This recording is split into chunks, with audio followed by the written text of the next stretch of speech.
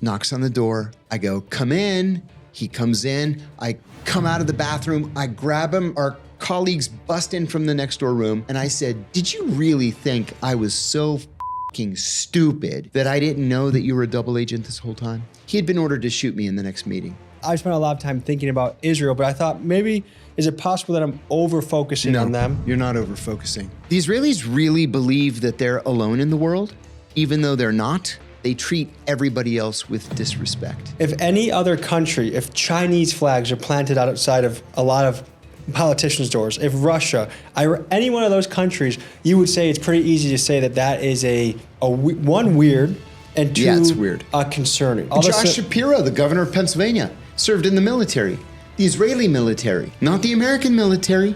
Like,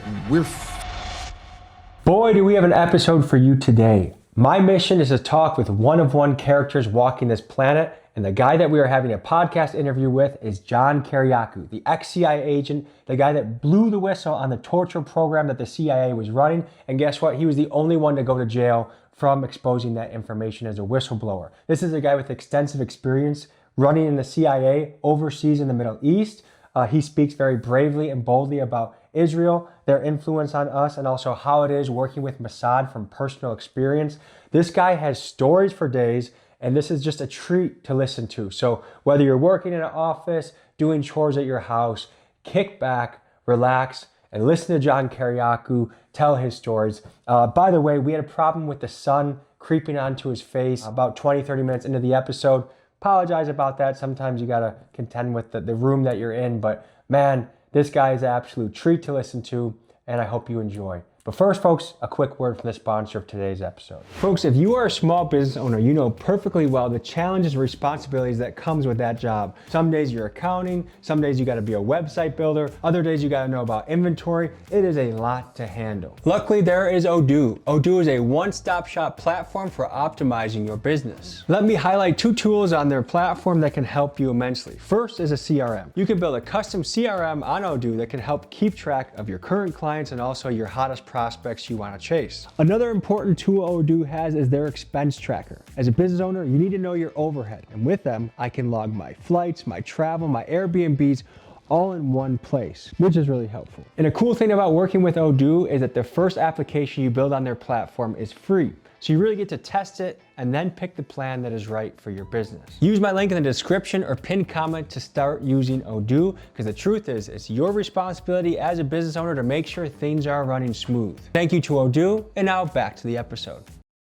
John, I appreciate you joining me. There's a lot of people that I get excited to interview, and you are the top of the list. You've lived a very interesting life, and there's so many places we're gonna go with this, but I wanna start off with a ripper of a question, which is right now, as you see the global politics sphere, who is the single greatest threat to the United States of America?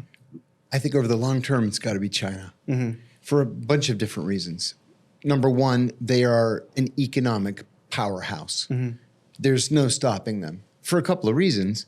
One, we spend all our money on defense. Our defense budget is a little bit more than $1 trillion right now.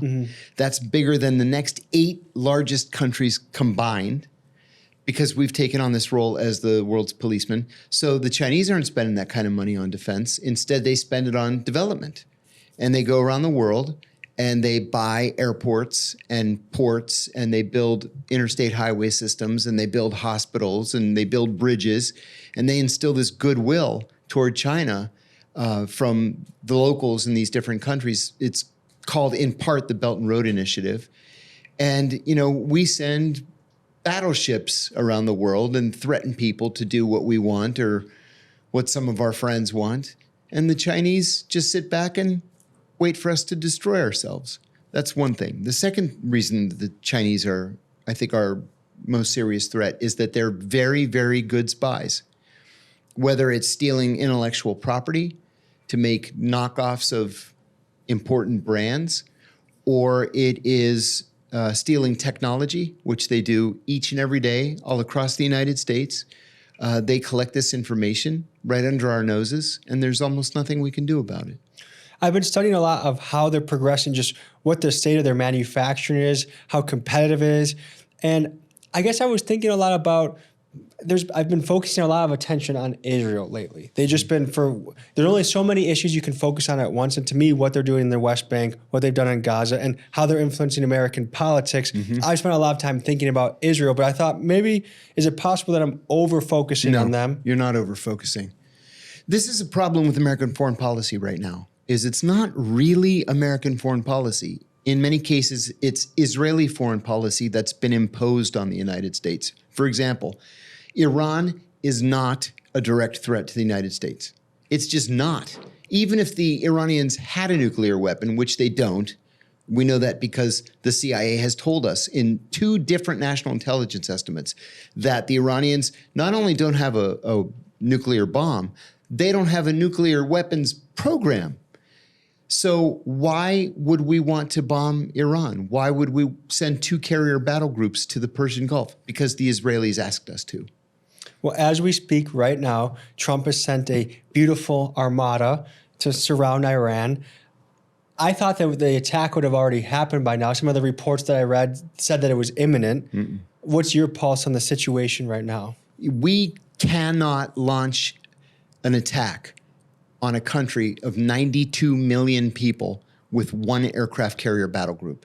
1 aircraft carrier battle group is the carrier itself and the planes on the carrier and 11 support ships. You can't overthrow a country of 92 million people with that.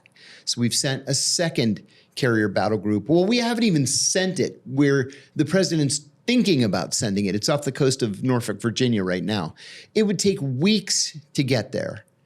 And third, we've got our own Arab allies, Egypt, Saudi Arabia, Jordan, Oman, begging us not to do this.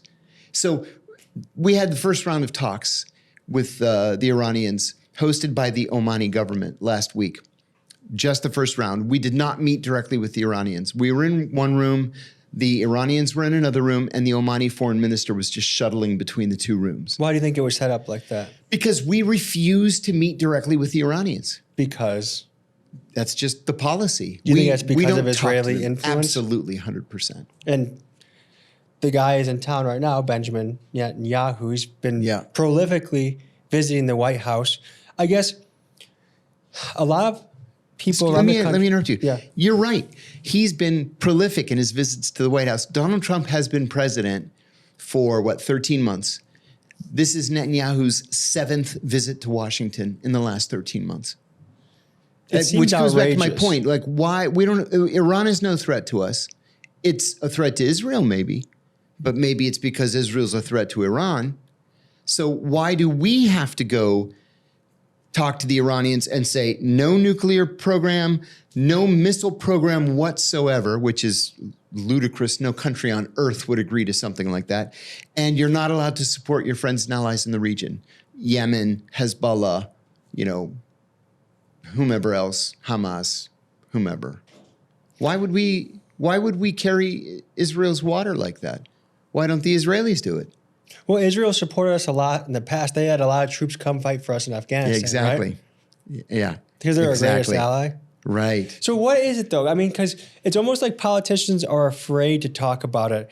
I was just in a lot of senators and Congress people's offices, and they can talk about the Epstein files. They can talk about what's going on overseas. But the second you mention the Israel connection, all of a sudden they have this way of kind of jumping around that. What do you make of that kind of behavior? Well, look at Senator Tom Cotton, the senator from Arkansas, who's always rumored to be in the hunt for Secretary of State or CIA director or director of national intelligence. He has the Israeli flag outside his office door. Why? A lot of them do. Well, what's their loyalty? Are they loyal to the United States or are they loyal to another power, a foreign power? Because we talked with Eric Swalwell, who will likely be the California governor. He had an Israeli flag outside of his door. Outrageous. We just presented Debbie Wasserman with the hedge fund award because she's outtraded hedge funds. So we brought a plaque to her office today. That's awesome. She had an Israeli flag outside her door. And I think it's pretty obvious that if you quantify it like this, if any other country, if Chinese flags are planted outside of a lot of politicians' doors, if Russia, any one of those countries, you would say it's pretty easy to say that that is one weird, and too it's weird. Concerning. But all Josh Shapiro, the governor of Pennsylvania, served in the military, the Israeli military, not the American military. So is he loyal to Israel or is he loyal to the United States? Because you can't be completely loyal to both. There's going to have to be a departure. Have you done much diving into the Epstein files recently? Yeah, I have. And I think I found something that nobody else found. Barack Obama's White House counsel, the most important lawyer in America when you're White House counsel, is a woman named Catherine Rumler. She's now the general counsel for Goldman Sachs. Pretty serious position. She was very, very close to Jeffrey Epstein, emailing constantly back and forth. She emailed him one day, and this is revealed in the latest tranche, and she said, John Brennan, the director of the CIA, gave me the CIA's highest honor this morning. Pretty neat, huh? And then there were a couple of other cases where she wrote to Epstein saying, you're going to be in Washington next Tuesday, right? How about if I set up a meeting with John Brennan? He would love you. Did he? Was there contact between Jeffrey Epstein and John Brennan? Because John Brennan's not talking. And we know that there are still 3 million more documents that have not yet been released. And of the ones that haven't been deleted, possibly. Yeah, right. Permanently. We're just supposed to take their words for it. So one thing is, I think we can hyper-focus on some parts of the files where there's sex trafficking going on, the billionaires are doing things with kids. But I think if we zoom out, there's arms deals, there's definitely collaborations across intelligence. And that's the theme that I think everybody should be focusing on. I've been saying for years, Jeffrey Epstein was an Israeli access agent. I'm 100% certain that I was right. Why not KGB, CIA, or a mixture? And that's what I'm getting to. With this next tranche, this second tranche of 3 million, it actually was like 2.7 million documents. It was clear that Epstein was trying to work for the CIA and may have done something with the CIA. We don't know yet. But You didn't authorize that, did you? I would have put a bullet in his brain if it had been up to me. But he was also working with MI5 and MI6 in the UK, possibly the Germans, and definitely the Israelis. And then he tried repeatedly to get a one-on-one meeting with Vladimir Putin. He was denied repeatedly. And finally, they offered up a meeting with Putin and 3 other people. And he said no, he wanted just Putin himself one-on-one. And the Russians walked away from it. So it looks like he was trying to be some sort of an intelligence broker. Where to the highest bidder, Yeah, he gives the scoop. that's right. But I guess, can you dive into the Israeli connections? Because when I asked Congress people this today and yesterday. Yeah, they run screaming from the room. Oh, like I didn't see that in the files, No, but of what I course did not. see was Trump. So they kind of would turn it into sure. a Democrat versus Republican thing rather than. And it's not. They're both corrupt. Both parties are corrupt. Both parties should be ashamed of themselves. They all knew exactly who Jeffrey Epstein was. And I don't want to hear, I'm not a Democrat or a Republican, but I don't want to hear the Democrats crowing that Donald Trump appeared in the Epstein files 3,800 times. How many times did Bill Clinton appear in the Epstein files? Probably more than Donald Trump. This is not a partisan issue. This is an issue of the elites being corrupt and jumping into bed, no pun intended, with a convicted child molester. So I want to hear this from the perspective of an intelligence operator. As someone that has worked in the CIA, has field experience, how do you think Mossad is working with Jeffrey Epstein? And what's the process? How does this all look behind the scenes? I'm going to tell you a story as a preamble to my answer. So when I was in training, you're taught to recruit spies to steal secrets. At its most elemental, that's what espionage is. It's recruiting spies to steal secrets. One of my instructors told me that every case officer, every operations officer who's starting out fantasizes about recruiting, the prime minister of a country or a guy who becomes the prime minister. And sometimes that happens, usually not. But he said, sometimes you have to look beyond the obvious. And he said the best recruitment that he ever made was of a copy machine repairman. And I laughed when he said it. And he said, hear me out. Everybody wants to recruit the prime minister. I recruited the copy machine repairman who fixed the copier in the prime minister's office. And so we waited until it needed servicing.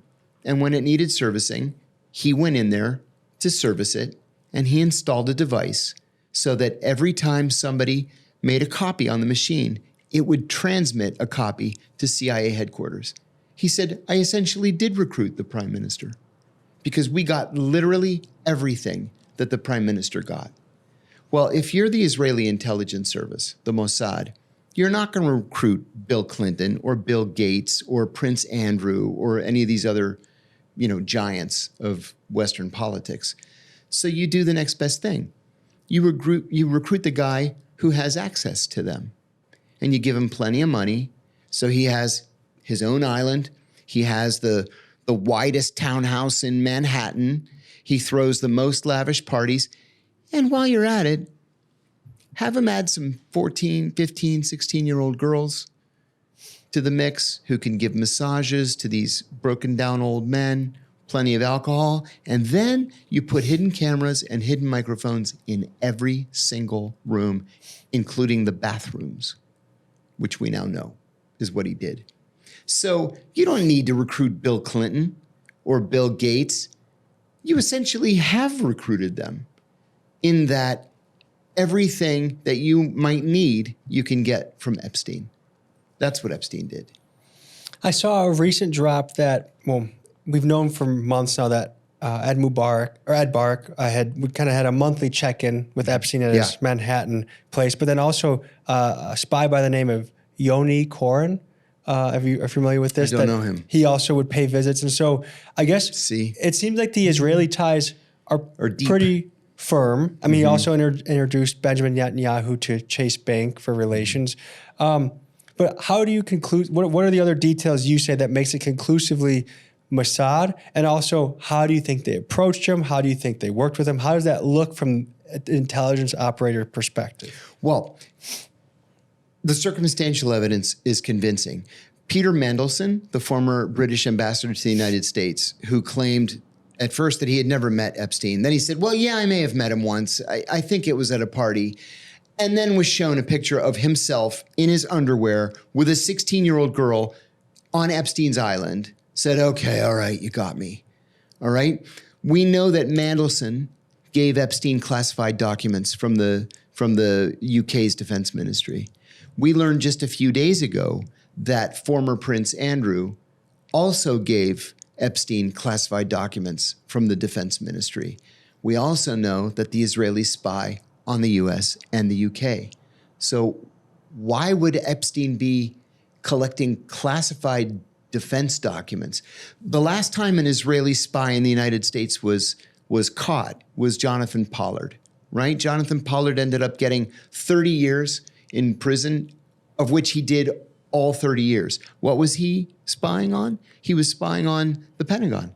And he was passing DOD, top secret DOD information back to the Israelis. To make it worse, the Israelis, who have no love of the United States, then traded that information to the KGB in exchange for a plane load of Russian Jews being allowed to resettle as refugees in Israel. So this is exactly what the Israelis have collected through history. Why would today be any different? So if I'm Epstein and you're a Mossad agent, how does this process work? Oh, we know that he was in touch with so many people in so many different places. That would be the easy part. You invite somebody over to your house, or you invite somebody to your mansion in Manhattan, or to your house in London, or New Mexico. He had this big spread. Invite them anywhere.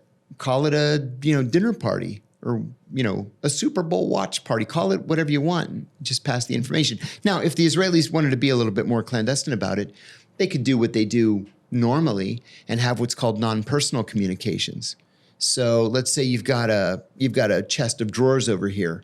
Well, one of the drawers has a false back, and inside the false back is a transmitter, and then you can take pictures of the documents, feed it into the transmitter, and just have it do what's called a burst transmission. It just takes a fraction of a second, so it's almost impossible to intercept. That way you don't have to meet with anybody. So tell me more about the gadgets. And I'm just trying to picture the level of technology that the top spying agencies have at their fingertips. Like what is the technology that we are currently dealing with in that sphere? I'm going to tell you an introductory story there too. When I was a little kid, when I was 9 years old, I went to an auction with my dad, and there was a box. It was just a box full of junk that hadn't otherwise sold. They just put all the junk in the box, and my dad bid 50 cents. I still remember it. And he got it for 50 cents. And so it had a shortwave radio in it, and he just handed me the radio. That opened up an entire world to me.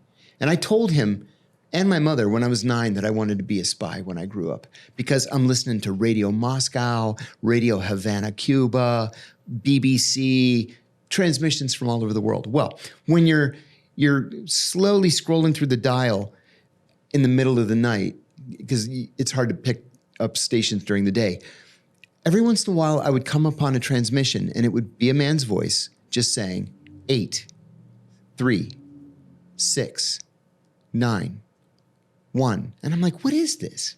Like, for years I thought, what was that? Just reading numbers. That was a spy reporting back to the KGB using something called a one-time pad. So the KGB knows that in your next transmission, you're going to use page, 165. So they're looking at 165, you're looking at 165, and each one of those numbers means a different letter. Meaning the same page of the same book you guys are looking at. Correct. To Kill a Mockingbird, And page 165. They call it it's a one-time use pad. So once you've used page 165, you burn it, and you never use it again. It doesn't even exist anymore because you've burned it. But that's how they transmit back when their other modes of communication aren't secure or aren't safe. So if you don't need to use a one-time pad, and that was really a last resort, a one-time pad, you can use, as I said a moment ago, a burst transmission, where you feed everything into your transmitter, you hit a button, it bursts in its transmission, and they're able to pick it up on the other end and then decrypt it. There's kind of a famous spy. The Israelis, when Israel first became a country, there was an Egyptian Jew who left from Cairo and moved to, I think it was Haifa, and he volunteered to this new organization called Mossad. He's like, look, I'm ethnic Egyptian, but I'm Jewish. I speak fluent Arabic. They said, yeah, thanks, we're not interested. And he went back a couple of times and said, I really, really want to work for Mossad. I really want to work for Israel. Finally, they were like, okay. You can go to Damascus. We'll give you documents, and you can pretend to be Syrian. So he was able to put on a Syrian accent, which is notably different from an Egyptian accent. So this guy was skilled. He was skilled. He was a barber, but he was self-skilled, self-taught. He ended up being named the Deputy Minister of Defense of Syria. And he gave the Israelis literally everything that the Syrians had, thus allowing the Israelis to defeat the Syrians in 1956, in 1967, in 1973, and take the Golan Heights and flatten half of Damascus. There are parks and streets named after him. There's a big statue of him now in Tel Aviv. I've seen it myself. He was transmitting with a burst transmitter. And the way he got caught, they executed him. They hung him publicly in Damascus. He didn't realize that at a party, he let his Egyptian accent just slip, just a little bit.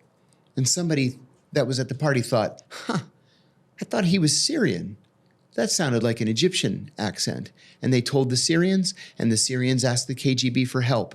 And so there was a KGB electronic monitoring truck that was just driving around his neighborhood when he happened to hit the burst transmission button, and they got him.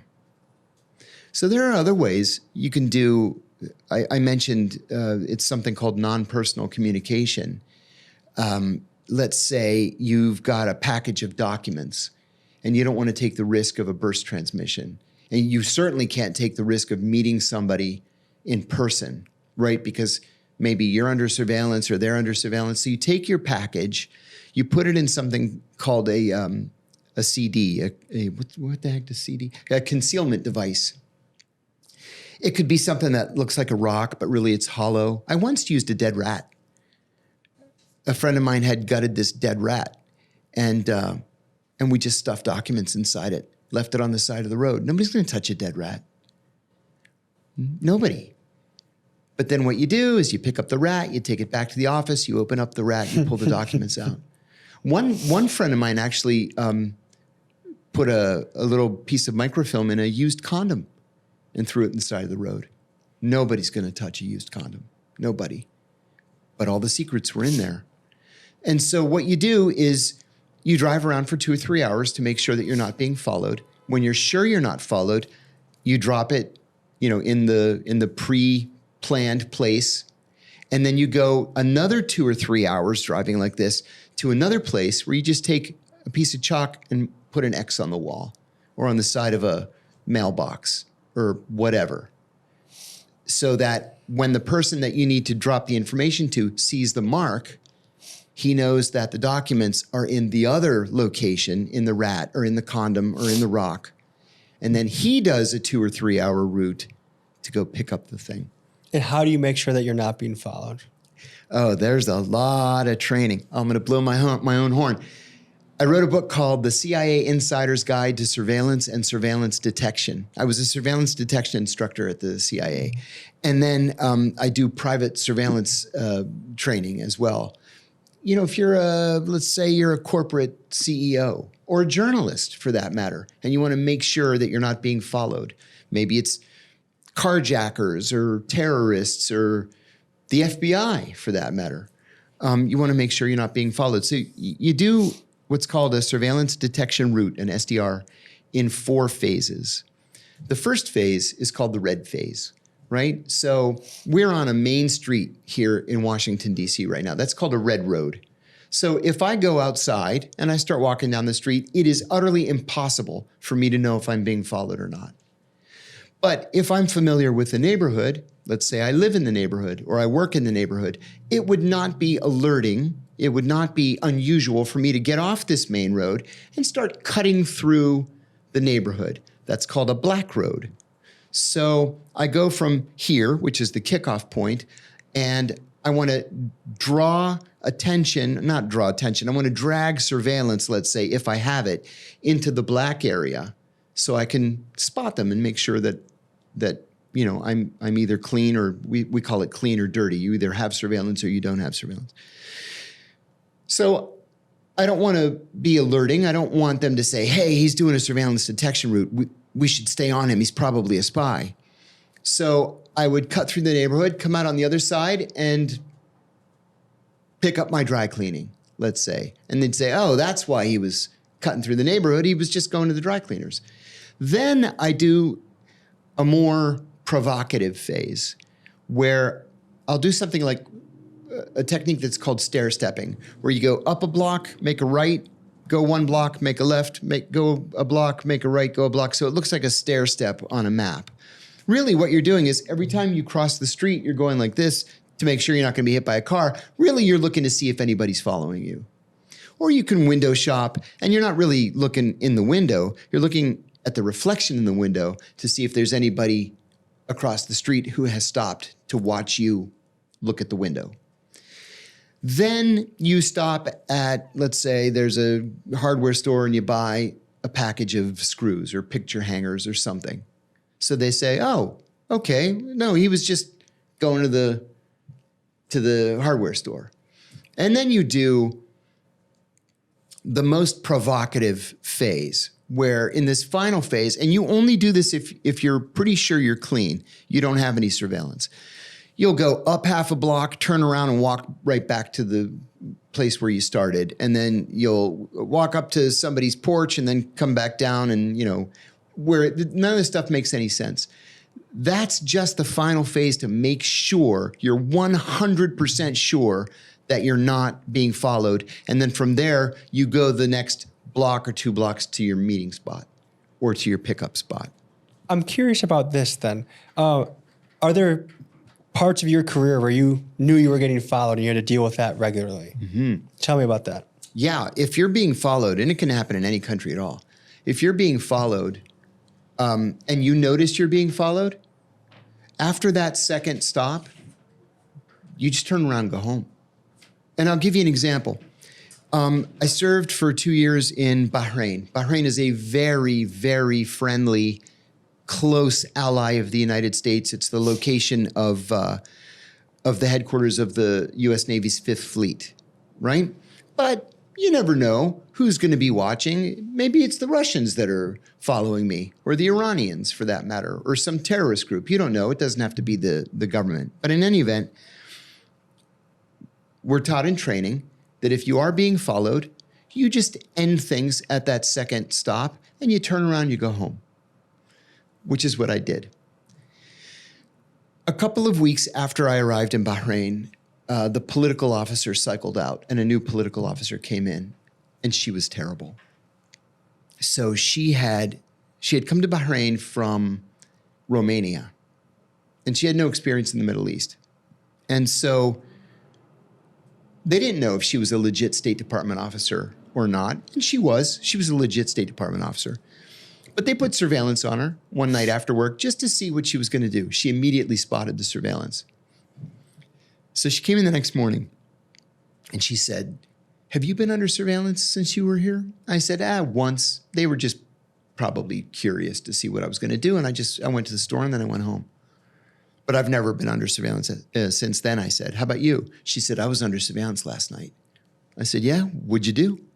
She said, "I took them on a 100-mile-an-hour chase from one end of this country to the other." The whole country's like, 30 miles by 9 miles. It's a little teeny island. That's exactly what you're not supposed to do. Why is that? Because they immediately concluded that she was an undercover CIA officer, and they followed her every single day for the next 3 years.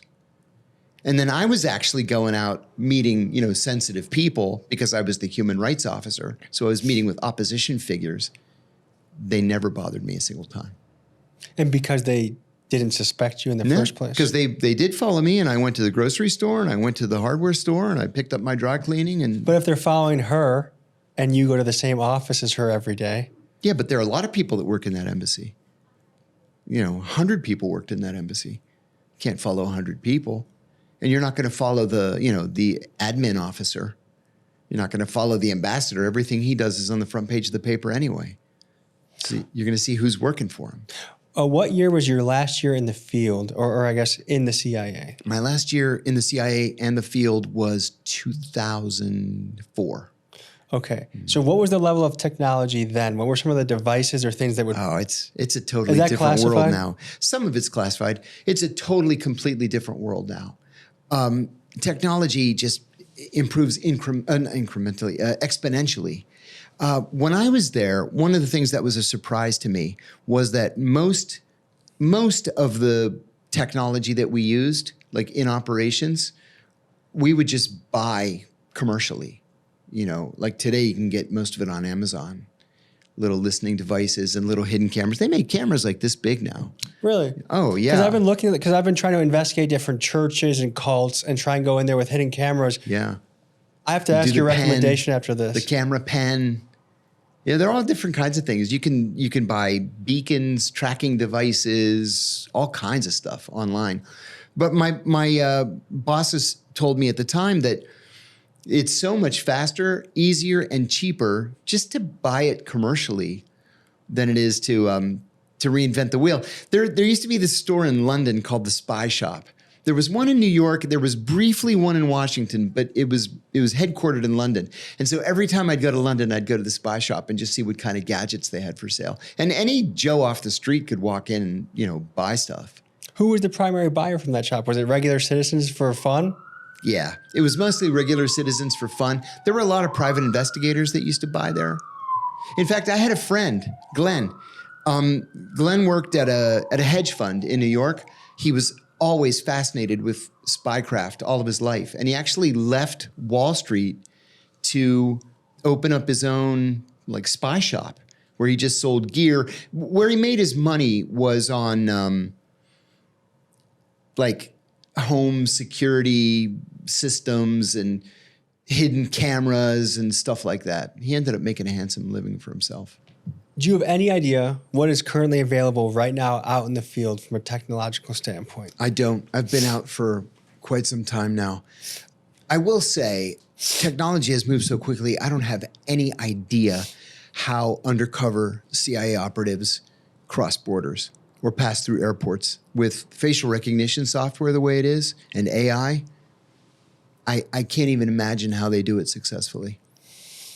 I've been seeing some reports of sonic weapons being used. They said this in Venezuela, that a guy can be posted up on the street, angle it towards your hotel room, and they can completely make you ill or even almost pass out. And they think that's what the Havana syndrome is. You know, for a long time, I'll admit to you that I thought these reports of Havana syndrome were manifestations of mental illness, right? Listen, not a single day goes by, literally, that people don't email me that the CIA is beaming waves at their heads and communicating with them through fillings in their teeth and put a chip in their brains. You have a lot of schizophrenics emailing you? There are a lot of mentally ill people out there. In fact, I did a contract with the American Psychological Association about 10 years ago, and we were going to lunch one day. It was 13 of us. I was the only one who's not a psychologist. So we were going to lunch, and I said, hey, guys, I have a question for you.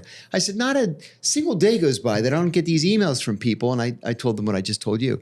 And they all started laughing. And I said, why is that so funny? And they said, this is the most basic entry-level mental illness, that it's well documented that when people feel overwhelmed, sometimes their brains kind of reset to the easiest explanation of why they're having difficulty in life. And the easiest explanation is that there's some secret organization that's targeting them. And the CIA is everybody's secret, boogeyman. So they said, just hit the delete button. So for a long time, I just believed it was, people have mental illness. It's not uncommon in our culture. Until a friend of mine came down with Havana syndrome. And he was describing to me exactly what a lot of these people were describing. And what are the symptoms for people not familiar? Oh, it's everything from nausea and ringing in the ears to vertigo. And in his case, he actually had an MRI which showed a traumatic brain injury. And this is off of just potentially one beam of this weapon. He said he remembers where he was standing when he first felt it. He was outside in front of the Russian Foreign Ministry. He had just come out after a meeting, and he just felt like something just hit him. And he wanted to throw up. He wanted to pass out. He kind of stumbled away, got in a taxi, was able to go back to his house. But his MRI showed a traumatic brain injury. I happened to be in Havana when this thing first started. And the Cubans, to their credit, they said, whatever it is, it's not us. And we welcome the FBI and the CIA if they want to come here and investigate. Welcome to come. I think it's probably the Russians or the Chinese, but we shouldn't consider this to be mutually exclusive. We used one of these weapons in Venezuela when we snatched President Maduro. We know that the Russians have these. We know that the Israelis have them. The Chinese have them. There are a lot of countries that have them. Now, it's a violation of international law to use them on the battlefield, right? But we used it anyway. And that's why we didn't have a single casualty from the night that we snatched Maduro, even though we killed 80 people. We killed 45 Venezuelan soldiers and 35 Cuban soldiers. Not a single U.S. casualty. And it's because we zapped them with this sound weapon, whatever it was, and just incapacitated them. It's kind of terrifying. It is. And to think that's just the tip of the iceberg of what is out there in the world of spycraft. Well, there was DARPA, the Defense Advanced Research Planning Agency, whatever it's called. They're the ones that are doing like the 20 years ahead of time tech experimenting. when I was still at the agency, DARPA had developed this laser that could blind soldiers on the battlefield, with the idea being it's more humane to blind them than to kill them. It's a violation of the laws of war. You can't blind people. I mean, listen, it probably is better to blind them than to kill them, but we're going to have to renegotiate some of these international treaties because you can't do stuff like that. Is there someone within the agency that their sole job, and probably a whole team, is to innovate tech? Oh, yeah. Like in all the spy movies, like you go into this cool room and some like mad scientist is cooking up this thing that you attach to your trench coat and this kind of weapon. Yeah. Did you get to visit some of those rooms? It's the Directorate of Science and Technology, so it's an entire directorate. It's one of the 4 directorates at the CIA. And a guy that I sat next to for years and is an old friend of mine is now the Chief Technological Officer, the CTO at the CIA. You know, Senior Intelligence Service Level 4. He's really made it. But no, there's no room like in the James Bond movies where, you know, you just knock on Q's door and she lets you in and fits you with the latest, you know, miracle pen that shoots bullets and lasers and all kinds of stuff. No, what they'll do is if you need some of this tech in the field, you send a cable saying, this is the operation I'm doing. This is what I need. Can somebody fly out here and help me? And they'll fly out with a sealed diplomatic pouch with the gadgets in it. And then they'll demonstrate them and you pick whatever is most appropriate for what you want to accomplish.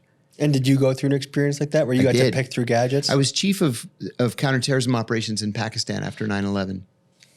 And we were going after senior al-Qaeda leaders. We knew that we could get them if they would just make one mistake, one electronic mistake. And so these 2 tech officers flew out with a bunch of gadgets. Nothing was exactly what I needed, and so they just created something from scratch. It took them about a week. Are you able to explain what this is? It was something called they called the magic box. And it allowed us to zero in on a cell phone signal. The problem was that the target would turn on his cell phone just long enough to listen to his voicemails, and then he would take the battery out in the days when you could take the battery out of your phone. And so it ended up not being helpful to us. And how often would you say just human skills of being in the right place at the right time, being observant, following up on leads, was that most of the job and the tech was just a small little piece of the end of it? That's 90% plus of the job. Yeah. I think when people picture a CIA agent, they're picturing a Jason Bourne kind of character, karate chopping people in the neck. Is it a lot of boring field work? Oh my God, yes. I was just talking about this yesterday. There's a lot of hurry up and wait, like in the military. Surveillance, for example, there's nothing more boring than surveillance, where you might be sitting at a window looking at the apartment across the street for days. And I mean, like, you know, maybe somebody will relieve you after 6 hours, but you're just kind of just sitting there just looking at this apartment across the street. So do a lot of agents have back issues from all the sitting and just... A lot of CIA officers have mental illness from some of the things that they have to go through. Like, what would give them mental illness? It's the pressure in a job like this is overwhelming at times. And it's not unusual for someone to crack overseas. Because this is your whole life. It's not like you have a family out there. Oh, no, we're all divorced yourself. like multiple times. Yeah. I was only divorced twice, and that was like the record least number of divorces. It's the highest divorce rate anywhere in government. And it's not unusual for guys to be married 4 or 5 times. But I'll give you 2 quick examples. We were strapping on our weapons and body armor to go after this al-Qaeda leader. And there was a guy in my branch, Mark. I liked Mark. He was a little bit tightly wound, but he was a nice enough guy. So I said, Mark, let's go, strap up. And he said, I can't go on the operation. I was like, what do you mean you can't go? He's like, I beat my wife. And I'm like, oh, okay. We have this rule at the agency that if you've been convicted of domestic violence, you can't carry a gun. And if you can't carry a gun, you can't go on the armed operation, right? Because when the shootout starts, what are you going to do? So that was one. There was another one where I was at headquarters. I was chief of the counterintelligence branch in the Osama bin Laden group. And the head of the Hezbollah division was a buddy of mine. And he said to me, hey, can you do me a favor? I said, sure. He says, can you go to Beirut for a couple of days? I said, sure, but why don't you just ask Alan to go to Beirut? Alan's the Beirut guy. And he said, now Alan's nuts. He's on psychiatric no travel order. And I'm like, oh, yeah, he is kind of nuts. Okay, sure, I'll go. But you just never know when people go nuts. And when they go nuts, you have to worry, are they going to come and shoot the place up? Or are they going to go out on their meeting and shoot the source? Or are they going to shoot themselves? Yeah, it's a very dangerous person with a lot of skills to be setting loose on the world. Yeah, it is. And the pressure is otherworldly. Did they teach you ways to deal with the pressure? No. Breathing techniques, yoga, stretching? No. On my own, I took Tai Chi, which helped me immensely. But no, that's why alcohol is such a problem at the agency. So a lot of agents are dealing with this overwhelming storm of anxiety, that pretty much a constant tightness in the chest of pressure that they have to deal. But then they also have to go into these life or death situations while dealing with that stress and somehow execute flawlessly. Yeah, I'll give you a story there too. I was handling a double agent case in the Middle East. Very, very dangerous kind of operation. The agent, CIA people are officers. The people we recruit are agents. So the agent did not know that I knew that he was a double agent. And so he thought he was pulling one over on me. It's a very long story. I'm going to make it very short. We ended up snatching him. He had been ordered to shoot me in the next meeting. And so I was by the other country that he was working for. And that's classified. Cannot say it. Okay. And so I happened to be at headquarters. I got a call from NSA and they said, are you handling this double agent case? And I said, yeah. And the analyst there says, he was just ordered to shoot you in the next meeting. I said, oh, please. I said, this guy's not going to shoot me in the next meeting. Then my boss runs out of his office. Oh my God, I just got a call from NSA and the agent was ordered to shoot you in the next meeting. I said, I know, they just called me. I said, this guy's afraid of his own shadow. He's not going to shoot me in the next meeting. The guy's like 25 years older than I was, or 20. He was 50 pounds overweight, afraid of his own shadow. He's not going to be Joe Hero and shoot me in the next meeting. Well, they convened this meeting of all the big muckety-mucks. And they're going around the table. This is like the chief of counterterrorism, the deputy chief for operations, my division chief. So I said, please, hear me out. I said, the guy's 20 years older. He's 50 pounds overweight. He's afraid of everything. He's out of his element, you know? How about this? I said, let's do the next meeting at the Marriott in this foreign country. I said, every Marriott on earth is exactly the same. As soon as you walk in, the bathroom's right there next to the entrance. I said, let's get adjoining rooms. We can have security and our liaison partners in the adjoining room. When he calls me to tell me he's entering the hotel, I would never tell him what room I was in because I didn't want him to sneak up and shoot me. I would meet him at the elevator lobby where there are people around. I'd give him a big bear hug and pat him down. So I said, I'll tell him, when he calls me from the lobby, I'll tell him the room number. He comes up to the room and I'll have the door propped open. And when he knocks, I'll say, come in. He comes in, I grab him, I'll take him down. You guys bust in from the next door room and everybody's happy. They were like, okay, only if you wear a bulletproof vest. I said, fine. So we did that. Remember, this story is about the pressures that we face. We had security in the lobby, like a half a dozen guys, all heavily armed. And then the enemy country sends their half dozen security guys, which we didn't expect. And they're in the lobby, and our guys are kind of looking at their guys. So the agent calls, and he says, I'm walking in the lobby right now. And I said, okay, I'm in room whatever it was, 610. So he comes up and knocks on the door. I go, come in. He comes in. I come out of the bathroom. I grab him around his arms and his chest, and I threw him to the ground. Our colleagues bust in from the next door room. I'm sitting on him. I have him pinned to the ground. He was trying to get the gun out of his belt, and I'm sitting on him, and he's just looking up at me. And I said, did you really think I was so fucking stupid that I didn't know that you were a double agent this whole time? I'm offended that you think so little of my abilities. And he's like, Allahu Akbar, he keeps saying. And I said, did you think I was such an amateur that I didn't know you would be armed? And my liaison colleagues jab a needle into his leg, and he's out, unconscious. A dirty little secret of the hotel industry. People die every single day in hotels. And so it's not unusual to back up an ambulance to the back, to the loading dock.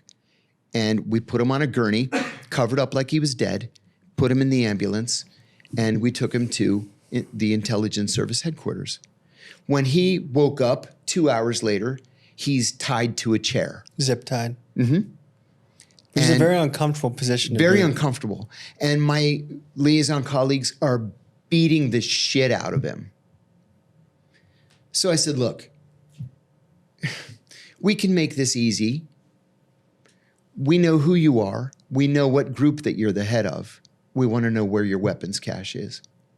It's as easy as that.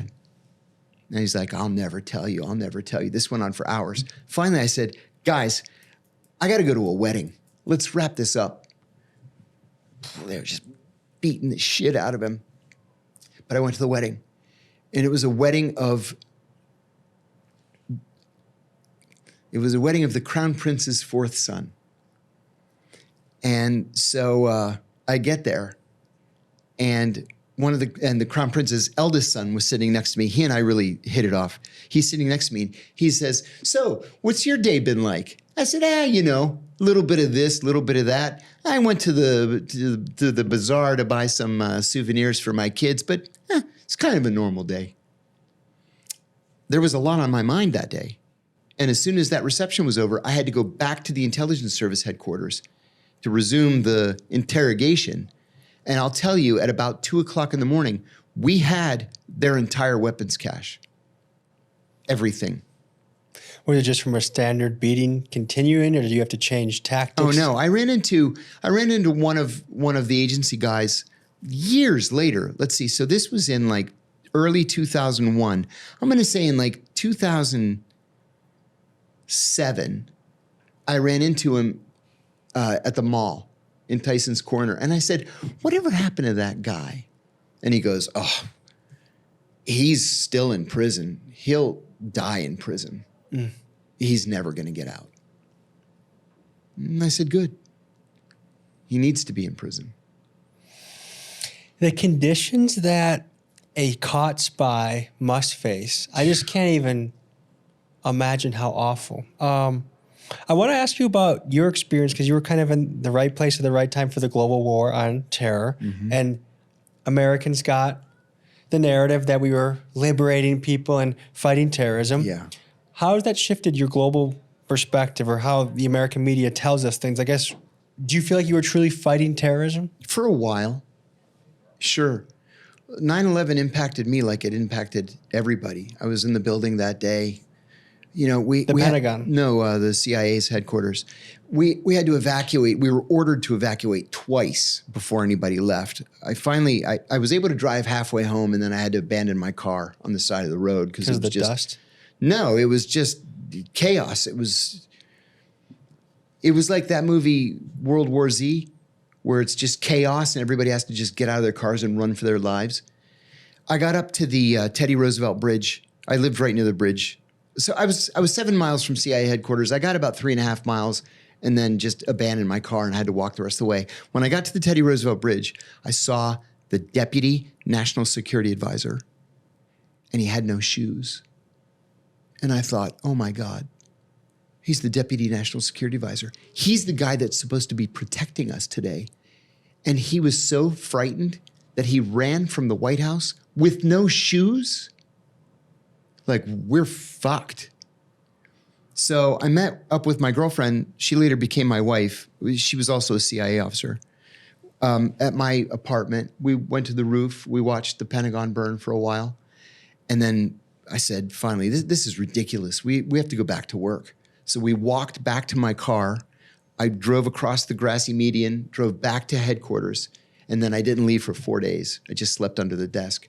So I volunteered over and over and over again to go to Afghanistan. Finally, they sent me to Pakistan as the chief of counterterrorism operations. And I was a true believer. Listen, we caught guys. We caught this one Saudi guy.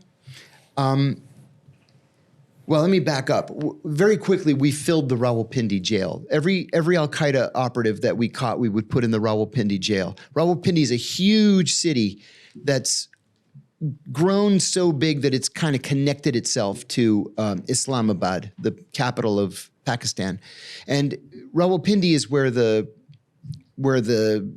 Pakistani Defense Ministry is based, right? The army is based there. Gigantic city.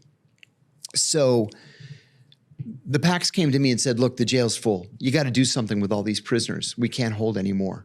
So I called headquarters and I said, the Pax said that the jail's full and they want these guys out. What do you want me to do with them?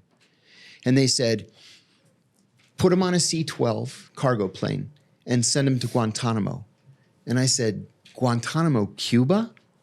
And they said, yeah. I said, why would we send prisoners to Cuba? And they said, we've come up with this idea. We're going to put them in Cuba for 2 or 3 weeks until we figure out which federal district court to try them in. And then we'll just send them to Boston, Washington, New York, and put them on trial there. I said, oh, that's a great idea. So we put these guys, this first load of prisoners, on a C-12. We ran out of handcuffs, so we had to use flexi cuffs, right? Well, the co-pilot of the plane would land in Oman for refueling, and then it would land somewhere in like Ghana or something for refueling again, and then go the rest of the way to Cuba. So the co-pilot had to pee. He goes back in the hold where we have all the prisoners, and one Saudi Al-Qaeda fighter had broken his flexi cuffs, and he was on his hands and knees, and he was chewing on the hydraulic cable to crash the plane into the ocean. That's how serious these guys were.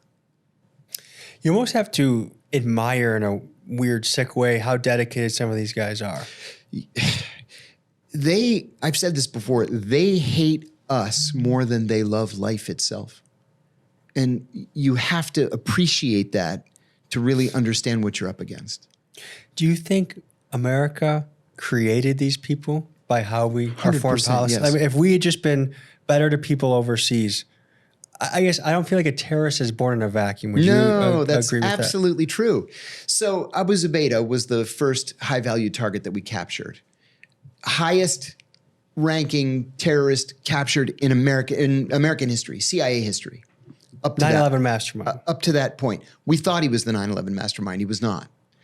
Khalid Sheikh Mohammed was. But he and I were talking about this one time, and he said, you know, because I said to him, he was crying, and I said, you're not the victim here.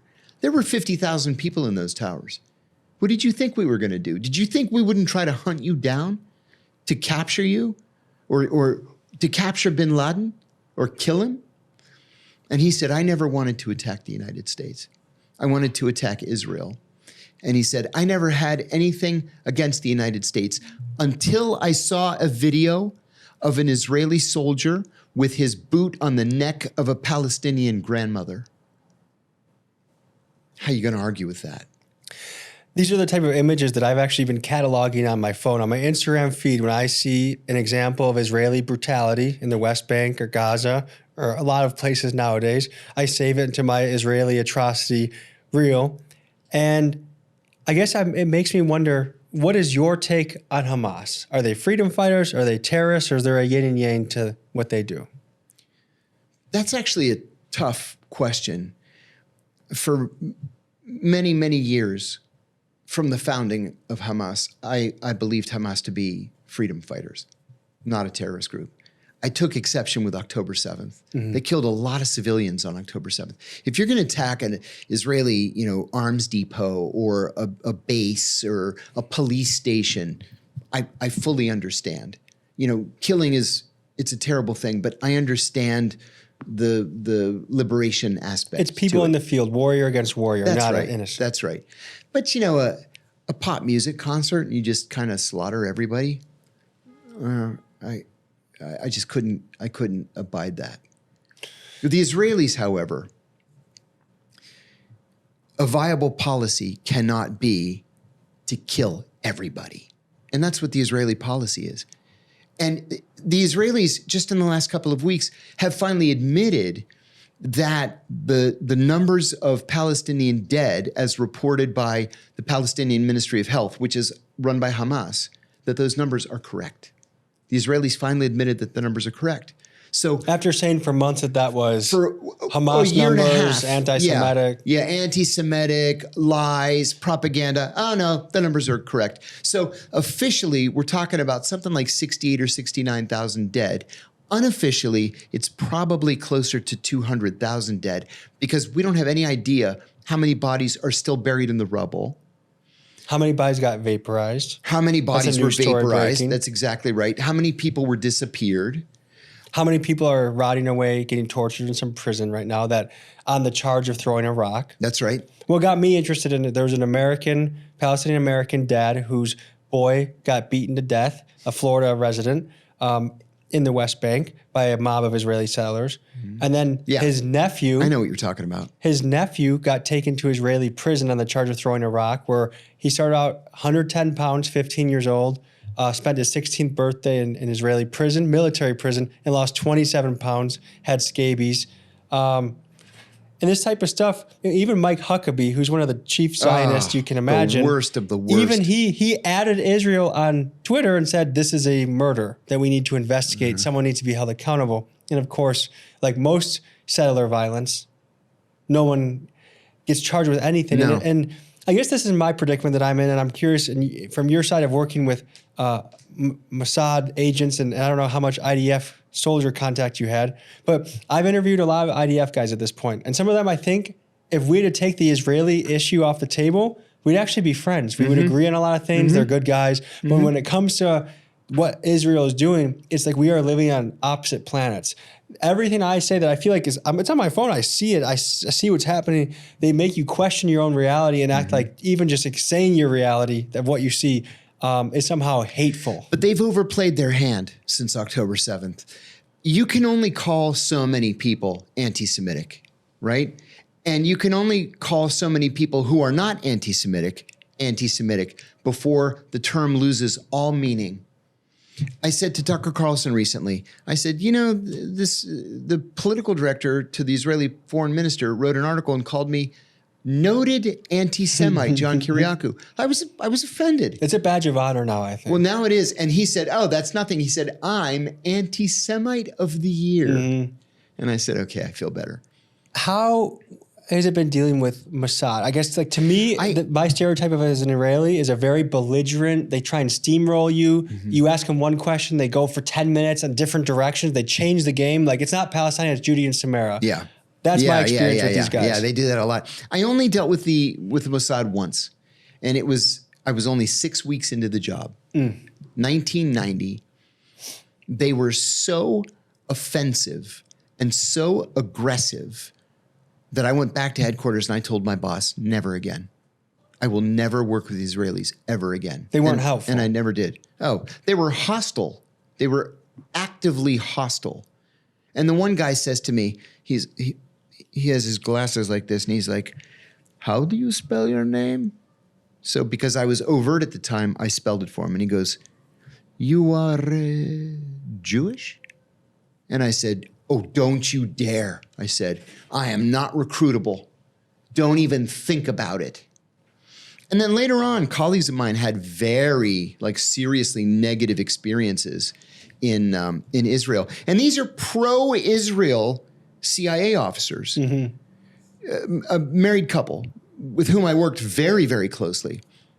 They got assigned to the consulate in Jerusalem when it was a consulate and the embassy was in Tel Aviv. They were invited to a hail and farewell party, welcoming them to Israel by the U.S. ambassador and, farewell to the people that they're replacing. So when they got back to their house in Jerusalem at the end of the party, all of their living room furniture had been rearranged. To send a message. With the message being, we can do whatever we want, and there's nothing you can do about it. And I think that's the general attitude that they've been operating with since I've noticed, really, because I didn't think about Israel before October 7th. I just kind of thought, I don't know, maybe there's some good hummus over there. Yeah, right. Good, whatever. I didn't even really think. And all of a sudden, it seems like they have this attitude, they do whatever they want, there's nothing you can do about it, and they are getting away with it. Mm-hmm. Well, the second time this happened, they were invited to the ambassador's Christmas party. And they went to the Christmas party, and they came back, and people had taken shits in all of their toilets. Right? We all have big houses overseas because you have to entertain. It's part of the job. So they had 4 bathrooms, and people had taken shits in all 4 of the toilets and left it unflushed. And then finally, as they were leaving, the ambassador had a farewell party for them. They got back to the house, and somebody had broken in and cut the dog's tail off and wrapped it in gauze and medical tape. The dog was whimpering under the dining room table. So why... We're supposed to be allies, and God knows the Israelis ask us for everything under the sun. And then that's how you treat our people? There was another guy I worked with who was very excited to go to Israel. I never went to Israel while I was at the CIA. I actively avoided it. And because I was an Arabist and an Arab specialist, and I spoke Arabic, I went to all the other countries. I didn't go to Israel. I never went to Israel until 2022 for the first time. So... this friend of mine that was one of our colleagues went to Israel for an exchange. He went to Mossad and he said, this is what we're doing on XYZ issue. And then Mossad said, oh, this is what we're doing on XYZ issue. And it's a normal intelligence exchange. It was Christmas. And so he had spent like $1,000 on Christmas presents. And when he went back to his hotel room, all of them had been stolen. And the suitcase that he had them in was just empty. So based off your experience with these guys, what can you say about their culture? The Israelis really believe that they're alone in the world, even though they're not. And because they've convinced themselves that they're alone in the world, they treat everybody else with disrespect. We should make our own conclusions about Israeli policy by watching the implementation of Israeli policy. If the Israelis say, we want peace, we love peace, it's all about peace, and then they murder 200,000 people, mostly women and children and elderly, and almost all of whom are civilians, we should believe what we see, not what we're told. So how is it that they've crafted this narrative that politicians seem to be believing that they are our greatest ally, they always have our back? Oh, that's simple. It's through the use of AIPAC. The American Israel Public Affairs Committee. It's the most powerful lobbying firm in the world. And not just on Capitol Hill, where literally every member of Congress is assigned an AIPAC lobbyist, right, to craft policy. But at the state and the local levels even. I have a friend who lives in Texas, and a member of the Texas state legislature called him and said, we decided to sponsor a resolution making it, John Smith Day in honor of you. And he was like, oh, that's awesome. He said, we do this, a couple of 100 times a year. Somebody has done some great thing in the community. We make a John Smith Day. It has the big seal. It's signed by the governor. A couple of weeks pass, and they called and said, listen, the John Smith Day, named after you, it's not going to happen. He was like, why? What happened? The Israelis objected. Texas. In Austin, Texas. What Israelis objected? Well, the AIPAC representative in Austin. And he's like, AIPAC has a representative in Austin? And he said they have representatives in every one of the 50 state capitals. When you tell this to a Zionist or to an IDF soldier, they will say that that's an anti-Semitic trope going back to the Hitler days, Right. that the Jewish Zionists have their tentacles in Right. everything and that they control everything, and that just anti-Semitic slop. Yes. And I would say, and that attitude is going to lead to the destruction of Israel because you've alienated now even your friends. And one of these days, you won't have any friends because you've called them all anti-Semites. Don't you think the United States is on a similar trajectory that we're trying to almost eliminate our friends right now? Yeah.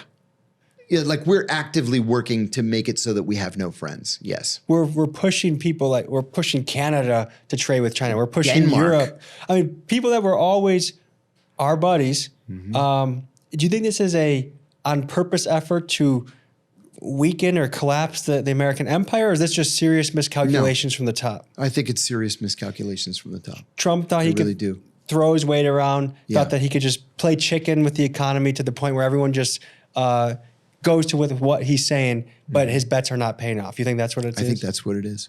And do you think he has the humility? Well, does he have the humility to realize that and course correct?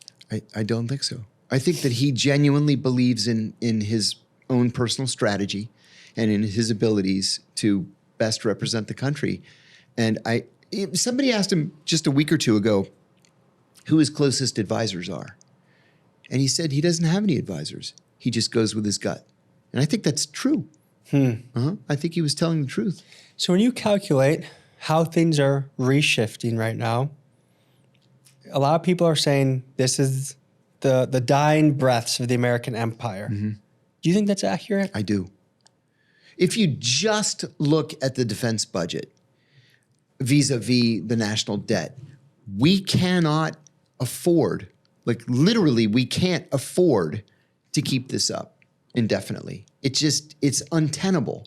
We're getting to the point where we're approaching the point where 50% of our GDP is going to Servicing the debt. That's it. And in 5 or 10 years, it'll be 100%. Yeah. It's a runaway train. And then we have no country. Yeah. We're going to have to do something drastic. And I think at the very least, Donald Trump said, 6 months ago, that he wanted to cut the Pentagon budget 50%. I was like, oh my God, he does deserve the Nobel Peace Prize. 50%? I celebrated it. And then a couple of weeks later, no, I think I'm going to increase it 50% to $1.5 trillion, which would be bigger than the next 15 largest countries in the world combined. On military untenable. spending. Even The Onion had this hilarious headline, China content to sit and watch U.S. destroy itself. Yeah, there it is. I guess what gives me a little bit of hope is that the pendulum does swing back and forth quickly. It is possible that there's a blue wave in 2026. No, they're all the same. That is the thing. It's the two sides of the same coin. But you don't think anyone is going to step in to save the day? No, I do not. What if we all vote independent? Okay, then we can have that conversation, yes. Okay, but if we follow, Vance or Newsom, it's obviously the two sides of the same coin. Absolutely, yes. It's depressing. It's depressing, yeah. Yes. And, people say, well, who did you vote for? I voted for the Libertarians. I proudly traveled to 12 states with Gary Johnson, and I introduced him at all of his campaign stops in 12 Western states. I love the guy. I love what he stood for. And Ronald Reagan was right. I know I'm going to take shit for saying this, but I'm going to say it again. Ronald Reagan was right when he said that government is the problem. It's not the solution to the problem. So are you kind of in the Ron Paul camp as well? I am. Okay. That's been one of my favorite politicians of our era. I voted independent my entire life, except for this last election. I voted for Trump because I thought, you know what? He's coming in a second time. The system was a little bit against him with all the courts. They tried to crush him. And Biden was an utter disaster as president. And Kamala, is she a was puppet. even worse. Yeah. So I thought, if there's actually a chance that someone might shake things up, it's going to be Trump. So ashamedly, I switched my libertarian vote, my independent vote, and went to Trump. And he doubled down. He made it, he became the establishment and some to a level that I didn't anticipate. And so to me, the only vote for the foreseeable future that is even a worthy vote is an independent. I said to Tucker Carlson the other day, I said, please, I'm begging you, you have to run for president. And he's like, oh my God, bite your tongue and don't ever say those words again. You don't think he'll do it? I don't. Okay, so although I think he'd win if he did. He has a lot in his favor. Plus, without the constraints of Fox News, he's the most visible truth teller out there.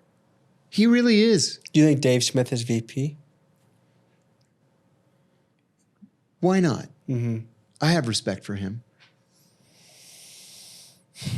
So are you optimistic for the future of this country? No, not with the system that we have in place. No.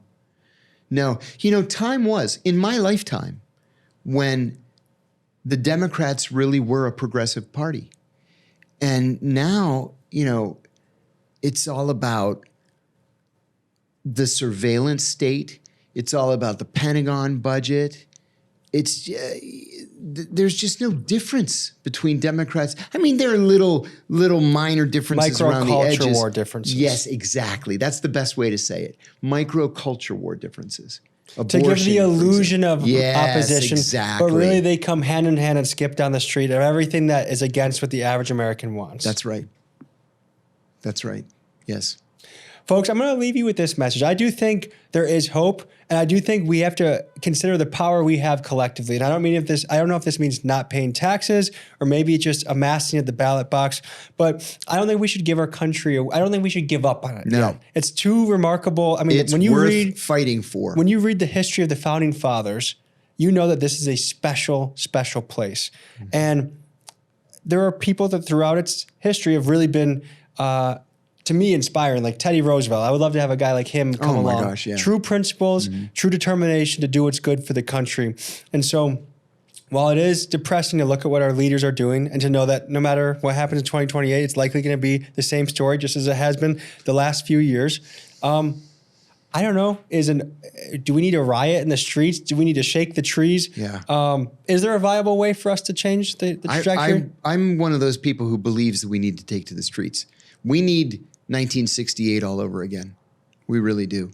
Folks, when the time comes to march in the streets together, be willing to be, whatever side of the spectrum you're on, squash little culture stuff and be willing to shake the hand. Because at the end of the day, affordable living, affordable healthcare, not being horrifically in debt, not bombing children. There should be a common sense platform that we all can get behind. And I hope it's possible. Amen. But John, it's been an absolute treat listening to your stories. Thank you for joining me. Good to meet you. Yes. See you next week.